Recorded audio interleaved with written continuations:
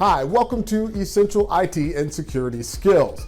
I'm Charles Redmond, Master Trader, here to guide you through the essentials that you are going to need to land the job that you are looking for. In this series, we're going to talk about essential PC skills. I'm going to walk you through everything from software to hardware. Most people know me as a cybersecurity expert. Well, I couldn't have gotten there without learning the basics first. That's what this series is going to do. And then we'll move on in some later series with some more advanced concepts and techniques.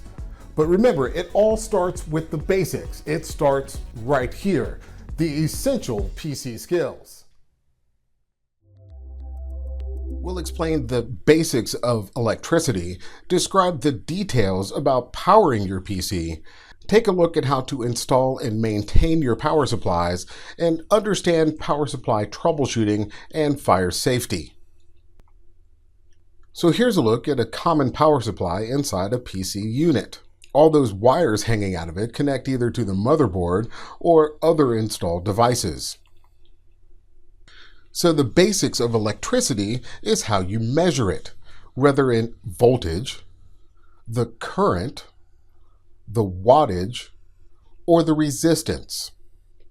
So the voltage is the amount of pressure of electrons in a wire. The current is the flow of those electrons.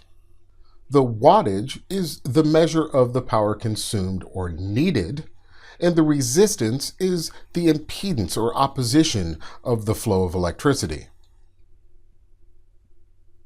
So the wires have an amperage rating. Basically, it defines how much amperage that wire can handle. So you'll see it illustrated, for instance, by going to Best Buy or Lowe's or your favorite hardware store as a 20 amp wire or a 30 amp wire. You should take careful consideration not to exceed the amperage of the wire because it will heat up and eventually break. To protect against that, you'll have what is referred to as circuit breakers. Those are heat sensitive. When the amperage exceeds the maximum threshold, it will break the circuit and stop the flow of electricity. You have two different currents of electricity to understand, either AC or DC. AC is the alternating current. It's the electricity provided out of the wall socket of your home. DC is the direct current. It's what's provided, for instance, by batteries. Here you see an illustration of the difference between AC and DC currents. Notice DC currents only travel in one direction at a time, where AC currents flow in both directions. So how do we apply this to powering your PC? PCs use DC voltage. However, power companies supply AC voltage. So your power supply converts the high voltage AC supplied by your power company to low voltage DC.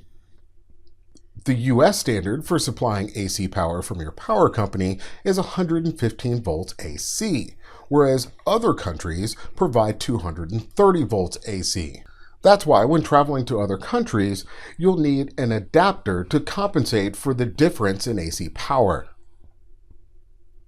On the back of your power supply, you'll see a switch where you'll be able to select either 115 volt or 230. Be sure to choose the correct voltage for the country that you're in, otherwise it could cause a fire. Here's a look at a common US outlet. The hot and neutral provide a path for AC. As we discussed before, the hot has 115 volts.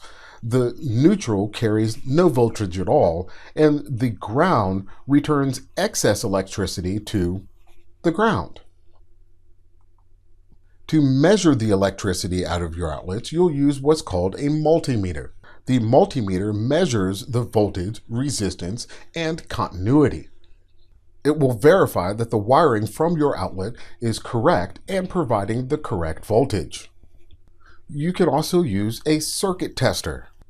Since nothing in the world is perfect and your power company is no exception, the voltage provided is going to vary a bit. Sometimes you'll have sags due to high demand or surges or spikes. To compensate for this, it's recommended that you use a surge protector or an uninterruptible power supply or UPS. Surge protectors provide protection against power surges and are rated by joules. The higher the joules, the better the protection. You can buy some surge protectors that protect against more than just AC surges, like phone lines or cable connections. Here's what a typical surge suppressor looks like. A UPS, or uninterruptible power supply, provides protection against a power dip or power outage. They can also provide protection against surges and power conditioning. Since the battery is constantly being charged, it can provide protection against power sags, we call those brownouts, or a total loss of power, those are called blackouts. A UPS is measured in watts and volt amperage.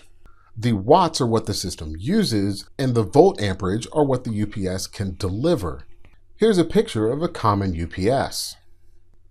Some UPSs come with monitoring and maintenance software that tells you the status of the system and the amount of battery power available. It's important to understand that UPSs come in a variety of sizes. You should choose the correct UPS for your requirements. Those requirements are going to be dictated by how long you need backup power. So now that you've received the AC from the power company, now we need to transform it into something that the PC can use. So your power supply acts as sort of a step-down transformer.